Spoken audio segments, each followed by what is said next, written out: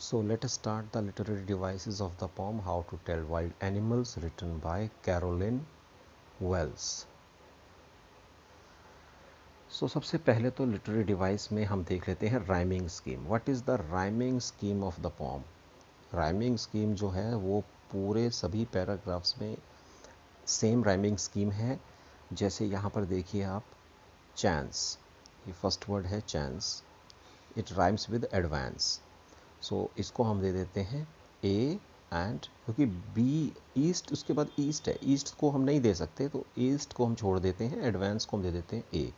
अभी ईस्ट का जो राइमिंग साउंड है वो बीस्ट से मिल रहा है, तो east rhyming sound with beast, तो इसको हम दे देते हैं B and B.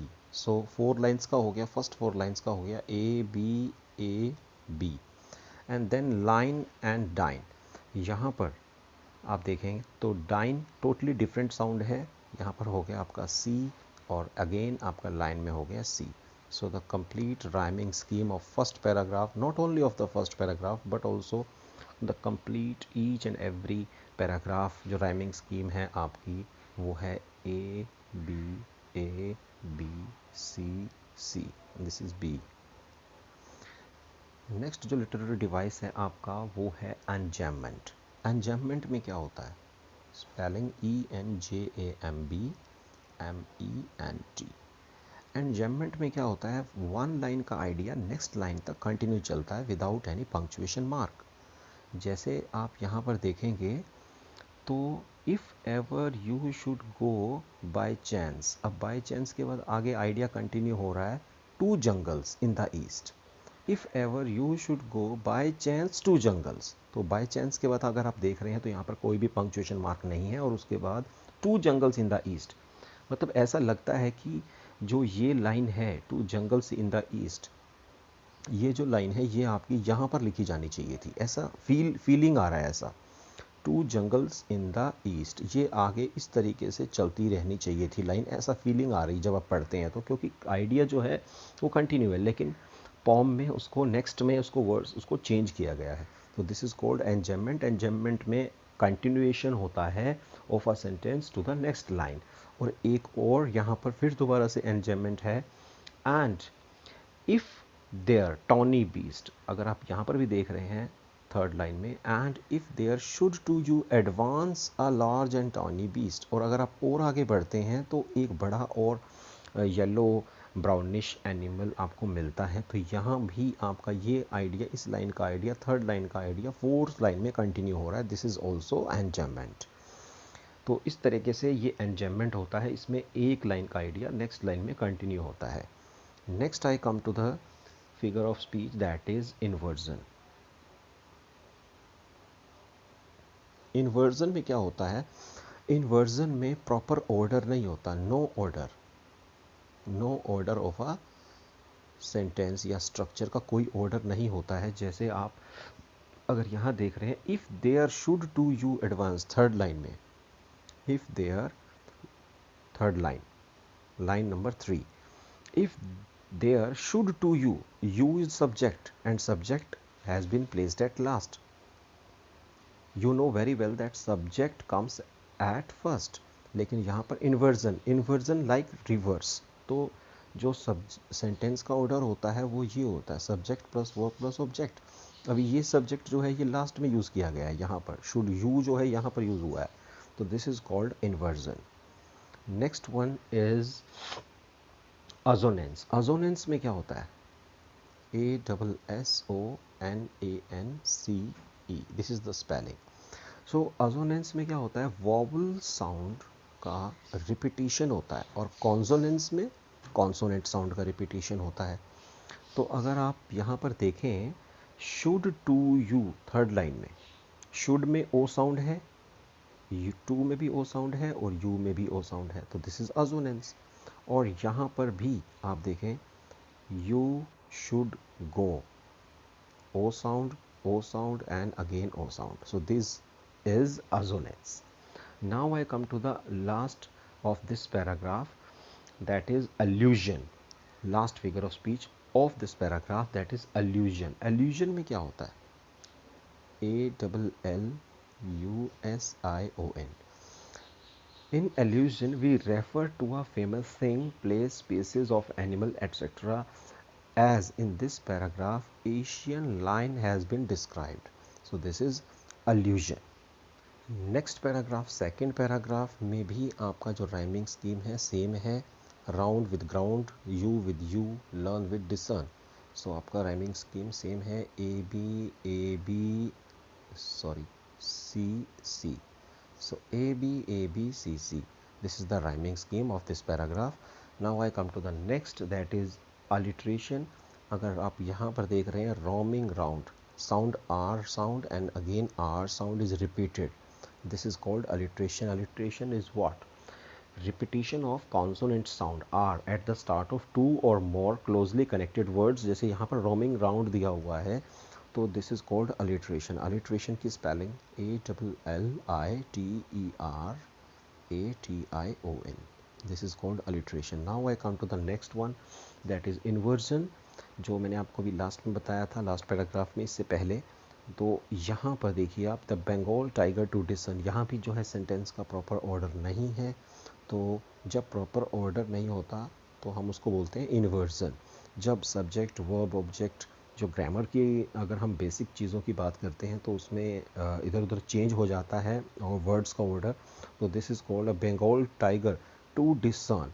Bengal tiger, discern to Bengal tiger, it must be कुछ ऐसे होना चाहिए था, बंगाल टाइगर लास्ट में होना चाहिए था, लेकिन पहले है यहाँ पर, तो इसको हम बोलेंगे inversion. Now I come to the next one, allusion. Allusion भी है यहाँ पर अगर आप देख रहे हैं, क्योंकि पूरा जो ये पैराग्राफ है, सेकंड पैराग्राफ, इसमें डिस्क्राइब किया गया है बंगाल टाइगर को. So this is called allusion, ALLUSION. The next one is here, that is assonance. Use of vowel sound. अगर रोमिंग और राउंड में अजोनेंस भी है, जैसे आप यहाँ देख रहे हैं रोमिंग में, और O sound and then O sound, this is assonance, ASSONANCE. So this is the third paragraph of the poem, and the rhyming scheme again, view, you, peppered, leopard, pain, gain. So यहाँ पर भी rhyming scheme आपका same है, ABCC, क्योंकि आपका जो view का sound है वो u से मैच कर रहा है, peppered का जो साउंड है वो आपका leopard से मैच कर रहा है, pain again. So this one is first figure of speech of third paragraph, rhyming scheme. Then I come to the next, that is alliteration. alliteration में जैसे मैंने आपको बताया था कि साउंड रिपीट होता है कॉन्सोनेंट, तो यहाँ पर अगर आप देख रहे हैं he has, H sound repeated, HH, so this is alliteration. Alliteration. The next one is here,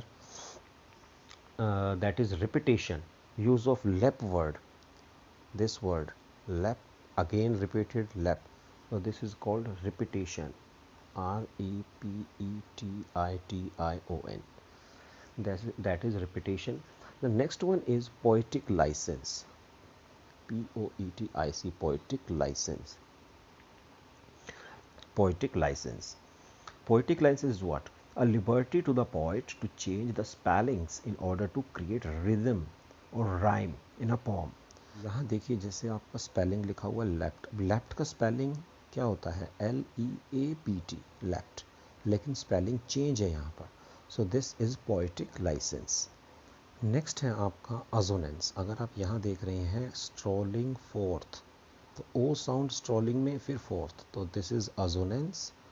and with assonance here you will see consonance also. See consonance. Where is consonance in this poem? Here. He will lap and lap. So if you see L sound here, again only, only also, and in lap, and again in lap. So he will only lap and lap. तो ये आपका consonance हो गया. The next one is do no good to roar. This is also assonance. Do no good to roar. O sound repeated है हर word में. देखिए do में ओ है, देन आपका गुड में है, टू में है, रोर में है. So this is called assonance. तो सबसे पहले तो आप यहाँ देखिए, जैसे राउंड और योर, इसमें आपका ओ साउंड राउंड में और योर में रिपीट हो रहा है, तो दिस इज़ अजोनेंस. नेक्स्ट आपका जो है यहाँ पर आ जाता है हु हग्स, ये आपका कॉन्सोनेंस है क्योंकि एच साउंड हु में है, हग्स में है, दिस इज कॉन्सोनेंस, कॉन्सोनेंस। यहाँ पर आपका एंजैममेंट भी है, ई एन स्पेलिंग। एंजैममेंट में कहाँ, ये देखिए जैसे ये जो लाइन है आपकी फर्स्ट लाइन सेकंड लाइन को में कंटिन्यू हो रही है, मतलब फीलिंग जैसा मैंने आपको पहले बताया है, if when you are walking round your yard you meet a creature there. So ऐसा लगता है कि ये जो यू मीट वाली लाइन है ये यहाँ होनी चाहिए थी, ऐसी फीलिंग आ रही है, so that is called enjambment. Then I come to assonance, यहाँ पर आपका अजोनेंस भी है, यहाँ देखिए meet E sound, creature E sound there, तो E sound repeated, so this is assonance. Rhyming scheme आपका सेम है, A B C C, A B and C C, क्योंकि यार्ड जो है वो हार्ड से मैच कर रहा है, देयर बेयर गेस करेस। सो उसके साथ साथ यहाँ पर नेक्स्ट जो है आपका, यहाँ देखिए repetition, very very, this is repetition क्योंकि एक वर्ड बार बार रिपीट हो रहा है, very very. Now I come to the next here, see novice first figure of speech, that is novice might non plus. अभी यहाँ पर अगर बीच में यहाँ माइट दिया हुआ है लेकिन यहाँ नोवाइस में एन साउंड रिपीटेड है, सॉरी नॉन प्लस और नोवाइस, ये जो दो वर्ड हैं नोवाइस एंड नॉन प्लस, तो यहाँ पर ये बीच में वन वर्ड से इतना ज़्यादा इफेक्ट नहीं होता है, तो this is also alliteration. Now the sound, the end दज, अगर आप यहाँ देख रहे हैं द एंड दज, this is also alliteration because T H sound जो है आपका ये रिपीटेड हो रहा है द में एंड दज में, तो एक वर्ड हाई ना बीच में आया हुआ है, इससे कोई ज़्यादा फर्क नहीं पड़ता है, लेकिन ये भी आपका अलिट्रेशन है। इसके बाद राइमिंग स्कीम जो है आपकी, राइमिंग स्कीम सेम है, A B and C C, कि prey sounds with may, nonplus sounds with thus and smiles crocodiles. So rhyming scheme आपकी अब तक सेम ही चल रही है, फर्स्ट पैराग्राफ से लेकर के यहाँ तक। Next is एंजैममेंट। एंजैममेंट में क्या है, देखिए प्रे जो ये लाइन है ये आपकी यहाँ पर कंटिन्यू चल रही है, मतलब आइडिया नेक्स्ट लाइन में कंटिन्यू हो रहा है, दो to distinguish beasts of prey or novice might non plus, और यहाँ भी आपका एंजॉयमेंट है, इस लाइन में भी थर्ड से फोर्थ लाइन में जब हम जा रहे हैं कंटिन्यूएशन हो रहा है, the crocodile you always may tell from hyena thus, लेकिन यहाँ पर कंटिन्यूएशन चाहे हो भी रहा हो लेकिन पंक्चुएशन मार्क है, तो इसको हम एंजॉयमेंट नहीं बोलेंगे, दिस इज़ नॉट एंजॉयमेंट, लेकिन यहाँ पर एंजॉयमेंट है फर्स्ट टू लाइन्स में और नेक्स्ट टू थर्ड और फोर्थ लाइन में भी एंजॉयमेंट है। So rhyming scheme small, it matches with all, sing, wing, tree, see, तो राइमिंग स्कीम आपका ए बी एंड सी सी, यह आपका राइमिंग स्कीम सेम है यहाँ पर भी। Now I come to the next one, that is alliteration. आपका यहाँ पर जो है अलिट्रेशन आ रहा है, he hasn't, H sound repeated, H and again H.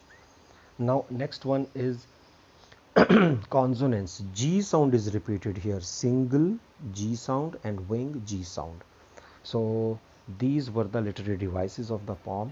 I hope you have liked it. Please like, share, comment and subscribe my channel for latest updates. Thank you.